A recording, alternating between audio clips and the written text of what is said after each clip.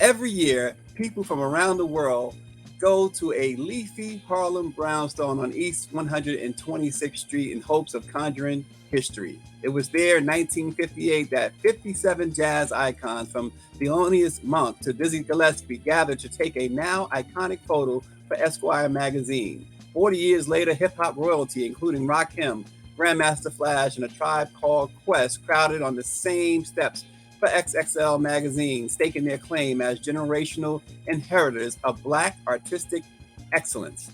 Today, NAACP Image Award winner, hip hop superstar, and actor JaRule has joined the ranks of celebrities embracing NFTs, or non fungible tokens, with a collection called Black is Beautiful.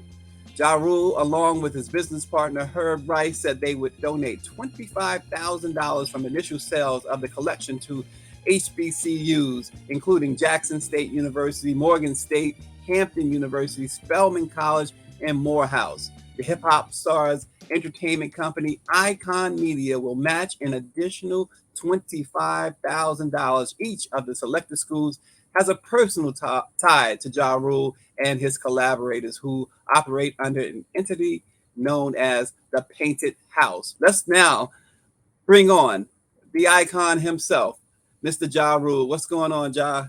Hey man, what's happening? I love your intro, man. It was amazing. It was amazing. Well, the Black Press is so happy to have you to talk about this topic of NFTs and what it means to Black America, what it's doing. It's, many say it's a game changer. First, tell us, Ja, about your foray into NFTs and the impetus behind it. Well, I mean, I got in NFTs about a year ago through NBA Top Shot. I'm a avid card collector, and this was the natural progression to collecting trading cards was NBA Top Shot, the digital trading cards, basically, but they're like moments. And so, I got into that and was collecting those, and then kind of went down a rabbit hole and started looking into NFT art. And a friend of mine, Drew Austin, he put me on to OpenSea, and I started purchasing NFTs, and the rest is kind of history. A lot of things unfolded from there. So the burning question among many who don't know a whole lot about it, and even some who know about NFTs, how exactly does one make money with NFTs? Well, I mean, it's real simple. You buy something, it's like buying a piece of art or anything else, and you sell it to the next person who would like to buy it. It's really simple. That's that's if you're buying and trading NFTs. But you can also create your own NFT, like an NFT project, like a generative project or a one-on-one project, like we've been able to do with Nick Davis and through the Painted House. So there's many ways that you can make money with NFTs, but those are the best two, the top two probably.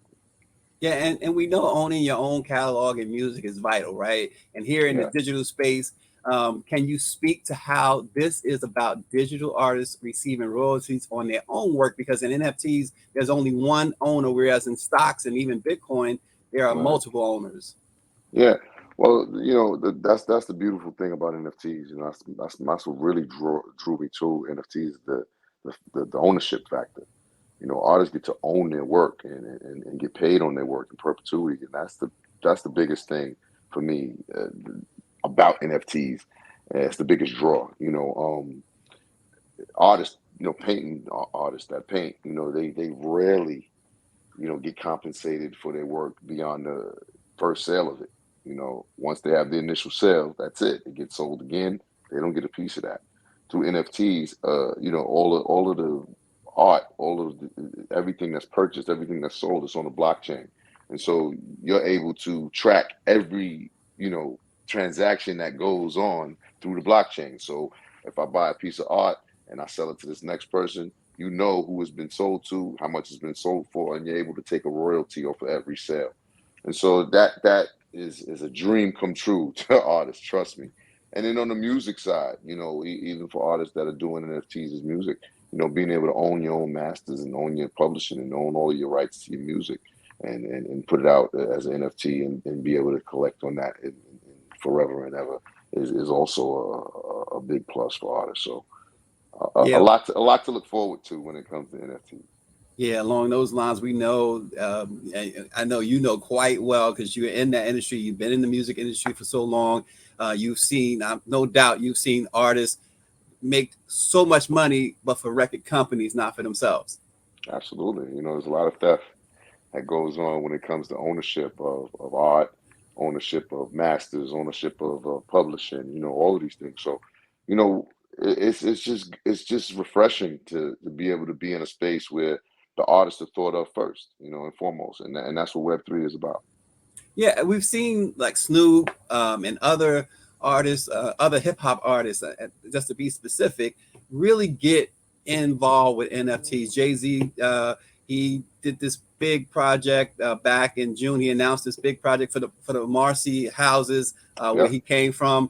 Um, this is something, and you guys took that iconic photo back in June. Yes. Went on that famous steps in Harlem. Is this something that you guys are talking a lot about now among each other? I wouldn't say it's so much a conversation piece when we all get together, but it is something that we speak about from time to time, because it's what's going on, it's what's now, and it's what's happening in right in front of us. And Yeah. so, with a lot of us getting into the space, of course, it can make for a little bit of a round table conversation, but I think the more important thing is to have these conversations with others, that are not so educational or educated on the space, and to try to teach them and onboard them, into getting a wallet and things of that nature, so they can kind of learn how to navigate through this space, because it is the future of investment, and the future of finance. So